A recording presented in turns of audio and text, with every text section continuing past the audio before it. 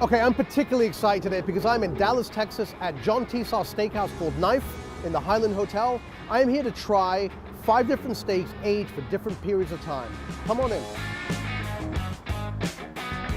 Dry aging, for all its great benefits, also has its limits.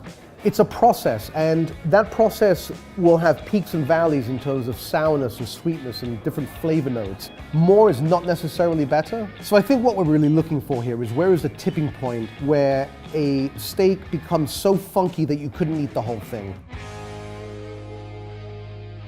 So tell me, what does John have planned for me? You're going to get a few steaks that are hard to get. We got a 45-day ribeye, 90-day, 180-day, a 240, and a 420. Get 420, that's purely experimental. All right. See how far we can go with it. So hopefully I'll survive this. Like if you go to your average dry aging steakhouse, 28 days is what most people do, correct? Exactly. Do you even offer a 28-day dry aged steak? Nope. So you just start right off at 45? We try to. And then you're dry aging everything in-house? It's all natural mold. We didn't bring anything from the outside. It's all self-cultured. What do we have planned? We're going to break down all 5 of them. We're going to lay them out, let you see the mold progression and the age throughout. Tell me about cooking them. Do they cook differently? The older they get, the longer they take and the more you have to baby them because they will flame up and char really quickly. And you cook them broilers? Yes, we cook all of our dry aged steak on the broiler. So really classic steakhouse vernacular cooking, but pushed to an extreme that nobody has really done Push the before. boundaries a little bit. Right. Go back to classic cooking. Excellent. All right, I look forward to it. All right, let's do it.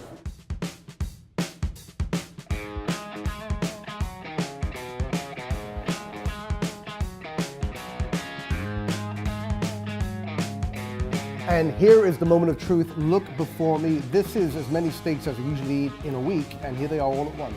So let's go into the 45-day, which already is substantially more than the standard 28-day that most steaks have traditionally been dry aged for. So I'm getting, you know, it's dry aged. You can tell immediately there is those notes apparent right off the bat. Overly funky. It's definitely a little more flavorful than a 28-day dry age, but not substantially so. Let's move on. Okay, so the 90. I have a feeling this may be my favorite one. And you can already feel that it's much stiffer and drier. But this is substantially more flavorful. This one is somehow unlocked a different level of beef flavor. It's just more concentrated. It's really spectacular. This is the 180-day, and texturally you can feel an immediate difference from the prior 2 steaks. That tastes like Stilton cheese. I mean, it's that sharp. Well, there's a certain sweetness to these other 2. There's nothing here that's sweet. So let's move on. We are gonna go to the 240-day dry aged steak. This one is actually on the menu at Knife. I suppose it's really one of their special items because look at this. It just has no movement at all. Now, if you look at the 45-day, which is cooked rare also, it's really, you can see there's a lot of give and jiggle there.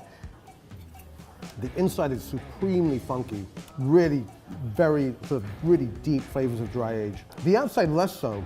I don't know if that's to do with water extraction or what's happened. We've pushed all of the flavor out. The flavors that I found objectionable in the 180-day steak then mellowed. So it reached a crescendo of sort of sourness, and then that leveled off. And it's leaving this very dry, a very cured, sort of salty, briny flavor. Definitely like this more than the 180-day, but it doesn't really taste like beef though. It's much more like charcuterie, although I think I could probably eat the whole thing. I am now gonna go 20 days beyond where I have gone before. This looks like a fossil. It is so, it's just gnarled and desiccated. Wish me luck. It's not a pleasant experience. It's too salty. It would be excellent as flavoring for a component in a dish, but yeah, it's a step too far. Maybe several hundred days too far, as the case may be. Well, that was illuminating and mostly delicious. The 240 was my personal favorite. You know, for a once in a lifetime or once in a year thing, I think that's actually the way to go. The 240-day steak at Knife is simply sensational. But I also ate a 400-day dried Wagyu steak from Japan. To find out about that, click here now.